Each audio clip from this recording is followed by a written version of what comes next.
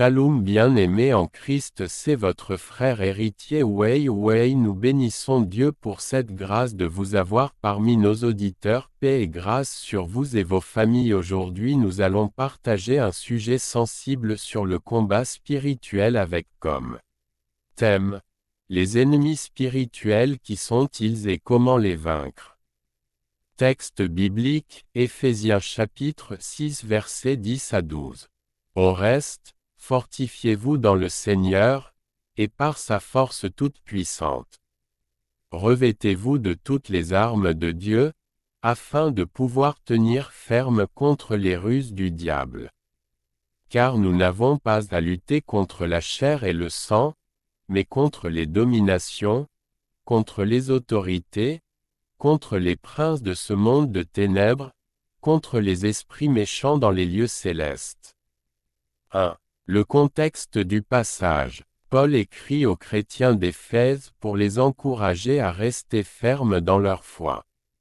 Il leur rappelle que la vie chrétienne est un combat spirituel et que la victoire dépend de leur force en Dieu et non en eux-mêmes. 2.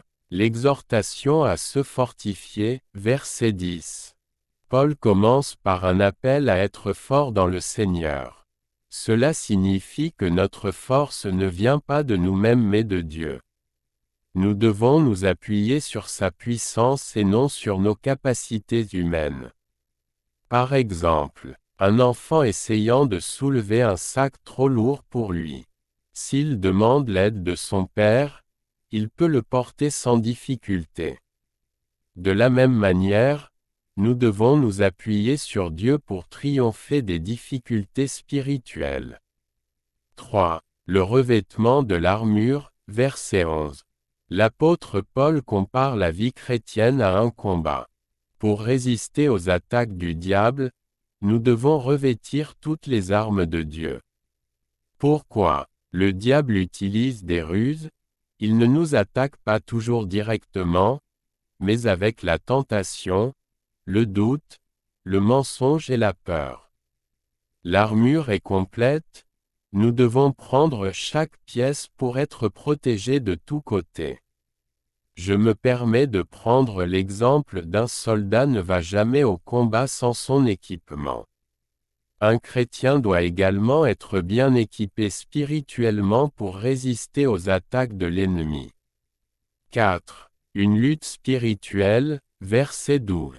Paul explique que notre combat n'est pas contre des êtres humains, mais contre des forces invisibles.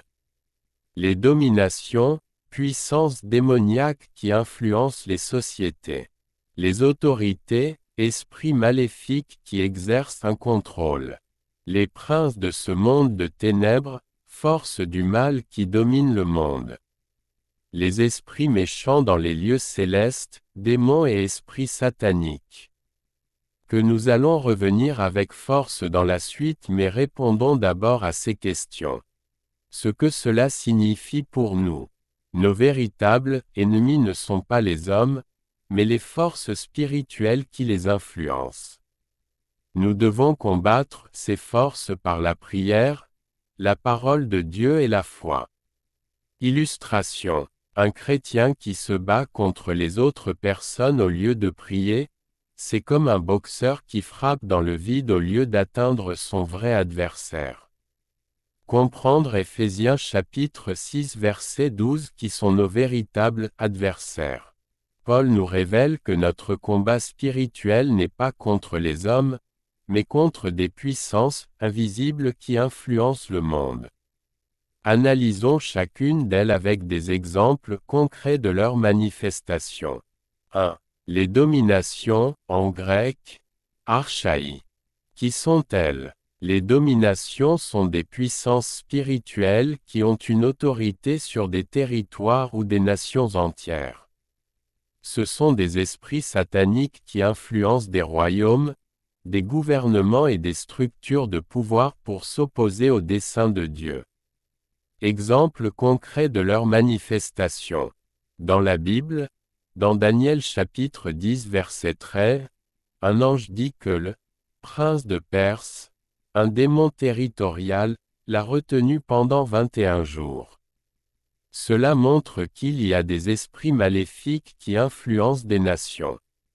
Dans le monde, on observe ces dominations dans des systèmes qui s'opposent à Dieu, comme des régimes persécutant les chrétiens, des idéologies contraires aux valeurs bibliques, ou encore des lois qui favorisent le péché, par exemple, l'égalisation du meurtre, de l'injustice, etc. Dans la vie personnelle, une personne qui vit dans un pays où la corruption et l'injustice dominent peut être influencée par ces forces à accepter ces pratiques comme normales.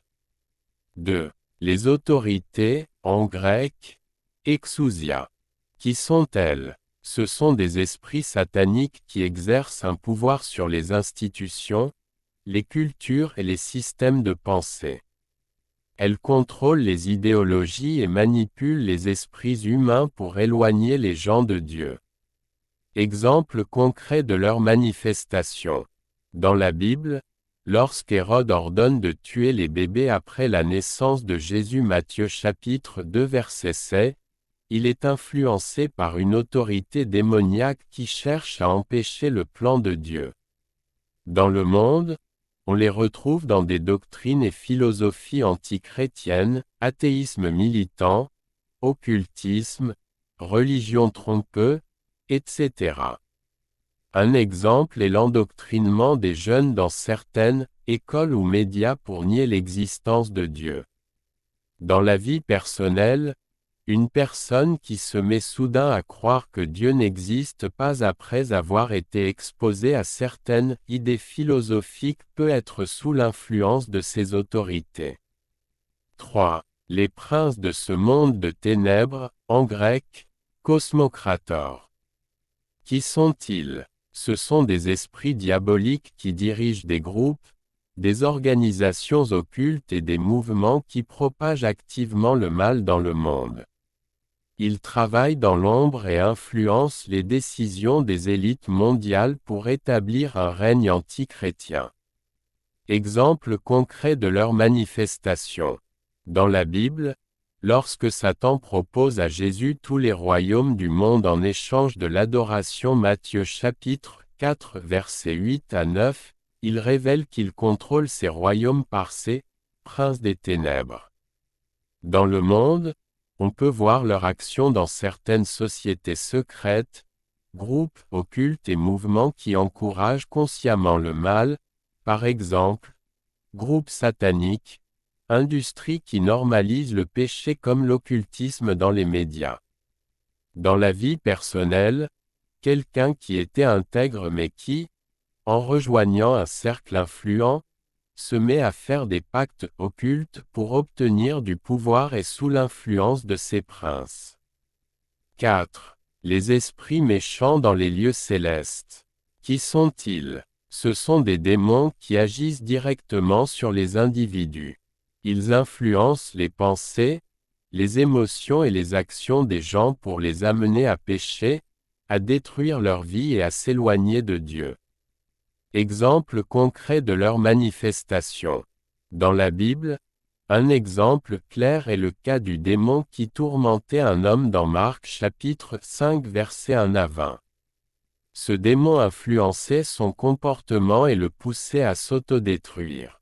Dans le monde, les esprits de peur, de suicide, de haine et d'impureté qui poussent des gens à commettre des actes irrationnels, par exemple, un homme qui tue sa famille sans raison apparente, une personne qui entend des voix lui disant de se faire du mal. Dans la vie personnelle, une personne qui lutte contre des pensées suicidaires, des addictions inexplicables ou des cauchemars démoniaques peut être sous l'attaque de ces esprits. Comment vaincre ces puissances? Être fort dans le Seigneur. Éphésiens chapitre 6 verset 10. Recherchez Dieu chaque jour par la prière et la lecture de la Bible.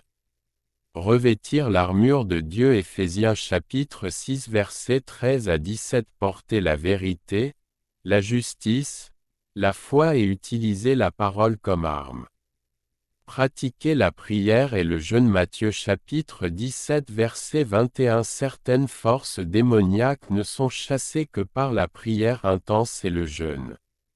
S'entourer de la communauté chrétienne. Hébreux chapitre 10 verset 25. Ne pas combattre seul, mais rester en communion avec les frères et sœurs en Christ.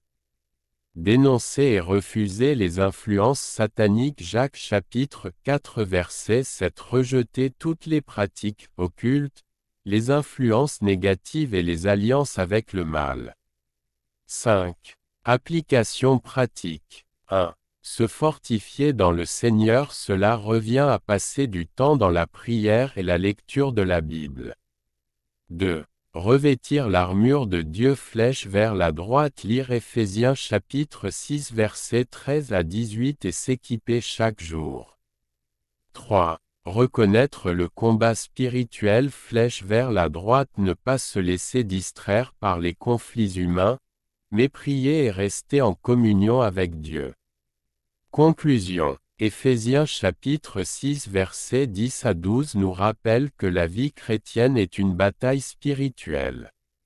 Mais Dieu nous a donné tout l'équipement nécessaire pour être victorieux. En nous fortifiant en lui et en portant son armure, nous pouvons résister aux attaques de l'ennemi et rester debout dans la foi. Nous révèle que notre combat n'est pas contre des personnes, mais contre des esprits qui influencent le monde et les individus. Leur objectif est d'éloigner l'humanité de Dieu et de propager le mal. Cependant, en Jésus-Christ, nous avons la victoire et les moyens spirituels pour résister et triompher. Toi aussi tu peux faire partie de ceux qui triomphent de ces esprits si seulement tu prenais la bonne décision de croire en Jésus-Christ pour qu'il devienne ton Seigneur et Sauveur, de lui laisser la direction de ta vie. Si tu as besoin de l'aide, nos conseillers sont là pour toi. Il suffit d'appeler au numéro WhatsApp +243 81 00 86 449. Que le Seigneur Jésus-Christ soit avec vous.